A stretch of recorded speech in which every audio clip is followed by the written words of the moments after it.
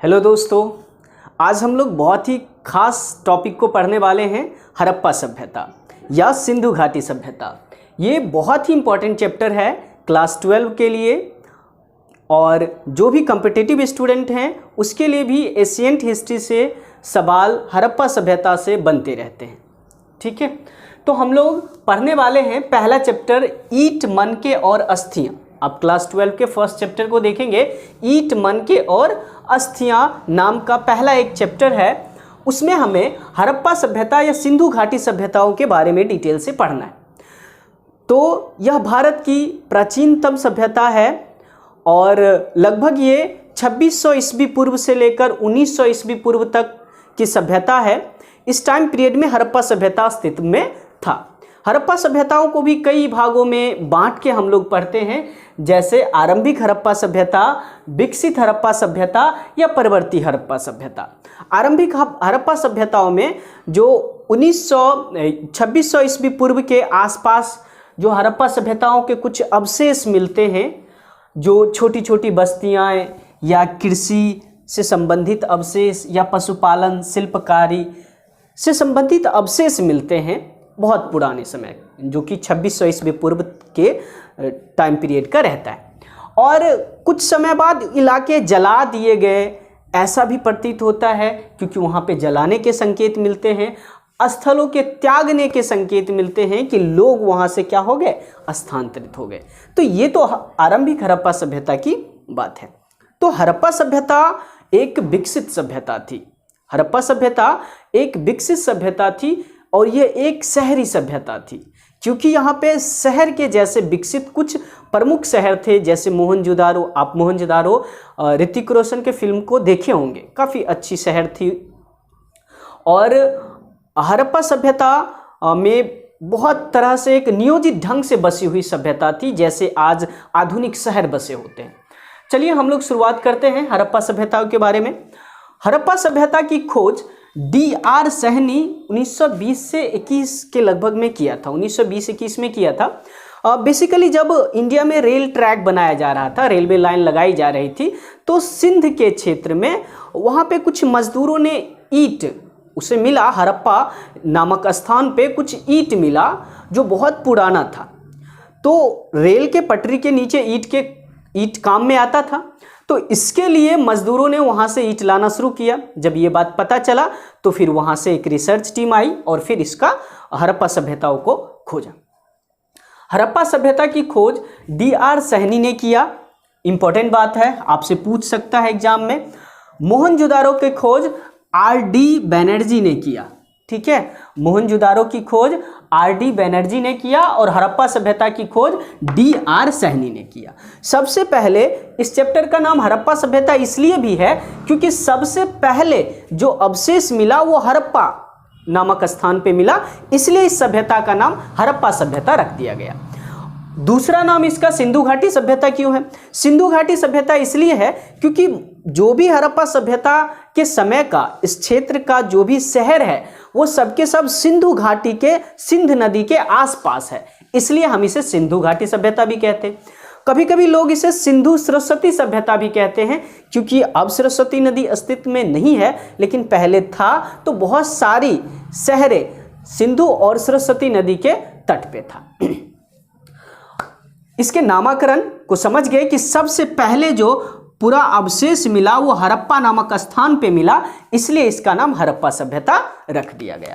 अब हम बात करें तो 1947 तक, क्योंकि खोज तो 1920 से ही शुरू हो गया था, 1947 तक वहाँ पे 40 बस्तियाँ खोजी जा चुकी थी और आज 1947 के बाद 50 वर्षों के अंदर लगभग 1400 बस्तियाँ खोजी जा चुकी है। क्योंकि आपको पता है हड़प्पा सभ्यता अब 2 भागों में बढ़ चुका है। कुछ भाग हड़प्पा सभ्यता का पाकिस्तान में पड़ गया है और कुछ भाग हिंदुस्तान में पड़ गया है। तो 475 बस्तियां अभी पाकिस्तान में है और 925 बस्तियां हिंदुस्तान में है। तो हड़प्पा सभ्यता एक बहुत ही विस्तृत भौगोलिक क्षेत्र में था, जैसे बलूचिस्तान जो कि अफगानिस्तान, पाकिस्तान, इन सारे क्षेत्र से लगे हुए हैं, और फिर यूपी जो मेरठ है वहाँ तक फैला हुआ था लगभग 1600 किलोमीटर तक, और फिर मांडा जो कि जम्मू कश्मीर में है, वहां से लेकर महाराष्ट्र तक वह एक विस्तृत सभ्यता थी। अब हम बात कर लेते हैं कि कई मिस्र की सभ्यता के बारे में आप पहले पढ़े होंगे या मेसोपोटामिया की सभ्यता के बारे में आप पहले पढ़े होंगे। 11th क्लास में हमें मेसोपोटामिया की सभ्यता के बारे में पढ़ना है। तो हड़प्पा सभ्यता मिस्र की सभ्यता से लगभग 20 गुना बड़ा था। आप सोच सकते हैं इतनी बड़ी सभ्यता थी हमारी, और मिस्र और मेसोपोटामिया दोनों को मिला ले तो इससे 12 गुना बड़ा था हड़प्पा सभ्यता। ठीक है, अब हम बात कर लेते हैं हड़प्पा सभ्यता एक विकसित सभ्यता थी। क्यों विकसित सभ्यता थी? क्योंकि यहाँ का जो नगर नियोजन था काफ़ी बेहतरीन था, यहाँ पे नाला की बनावट भी काफ़ी बेहतरीन था, जैसे आज आधुनिक शहर में होते हैं। यहाँ पे दुर्ग हुआ करते थे, छोटी बस्तियाँ, बड़ी बस्तियाँ। ठीक है, यहाँ पे विकसित था ये क्योंकि यहाँ पे व्यापार हुआ करता था। जैसे हम दूर दराज के क्षेत्र से यहाँ के लोग व्यापार भी किया करते थे, ये कृषि भी किया करते थे, पशुपालन भी किया करते थे, व्यापार भी किया करते थे। तो इन सारे चीज़ों से ये एक विकसित सभ्यता थे। तो हड़प्पा सभ्यता के कुछ विकसित पुरास्थल की बात कर ले, कुछ ऐसे विकसित शहर या पुरा स्थल जो हड़प्पा में हमें मिला है हड़प्पा सभ्यता में, वो है मोहनजोदारो। मोहनजोदारो आप फिल्म भी देखे होंगे। हड़प्पा जो कि सबसे पहले हड़प्पा पे ही अवशेष मिला था। कालीबंगन, ठीक है, धैलावीर, लोथल, राखी गढ़ी, ठीक है, और भी बहुत सारे विकसित शहर हैं। और ये जितने भी शहर थे ये सब के सब नदी के किनारे थे। ठीक है, और सिंधु नदी के किनारे थे, इसलिए हम इसे सिंधु नदी घाटी सभ्यता भी कहते हैं या इंडस वैली सिविलाइजेशन भी कहते हैं। ठीक है, तो ये जो शहरें थी ये सब के सब नदी के आसपास थी। आज आप अभी के शहर को भी देख लो, दिल्ली, मुंबई, कोलकाता, ये सब भी नदी के तट पे ही बसा हुआ है, दुनिया की जो भी विकसित शहर है।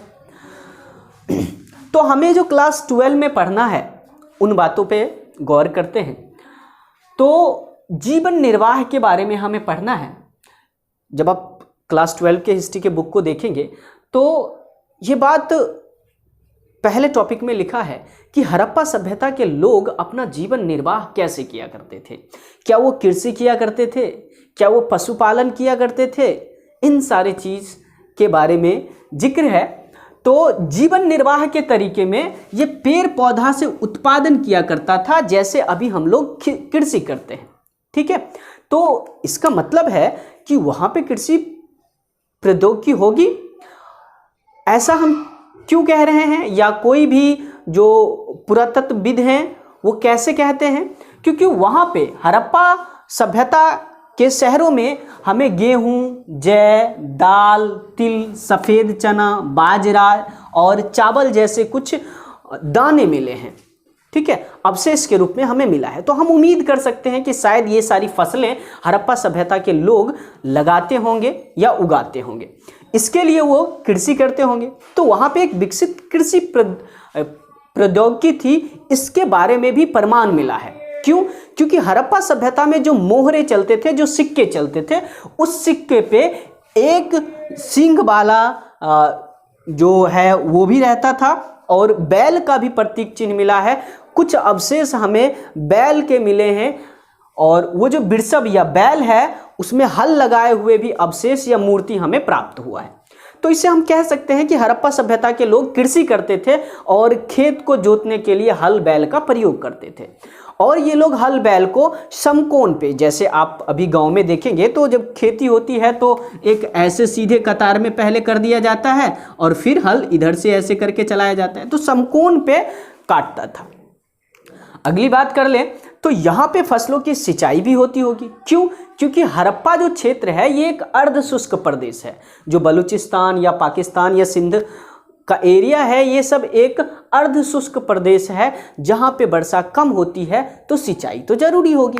ठीक है, तो यहाँ पे सिंचाई होती होगी, तो सिंचाई के प्रमाण मिले हैं। जैसे सोतुगई में, जो कि अफगानिस्तान में है, वहाँ पे हमें नहर के अवशेष मिले हैं। सोतुगई में हमें नहर के अवशेष मिले हैं, और पंजाब और सिंध में नहर के अवशेष नहीं मिले हैं। तो हम ऐसा भी उम्मीद कर सकते हैं कि शायद पंजाब में नहरें भर गई होगी, है ना। नहरों के में मिट्टी जम जाने के कारण नहरें भर गई होगी, या हम ये भी सोच सकते हैं कि शायद पंजाब और सिंध के लोग कुआं से पानी निकाल के सिंचाई किया करता होगा। ठीक है।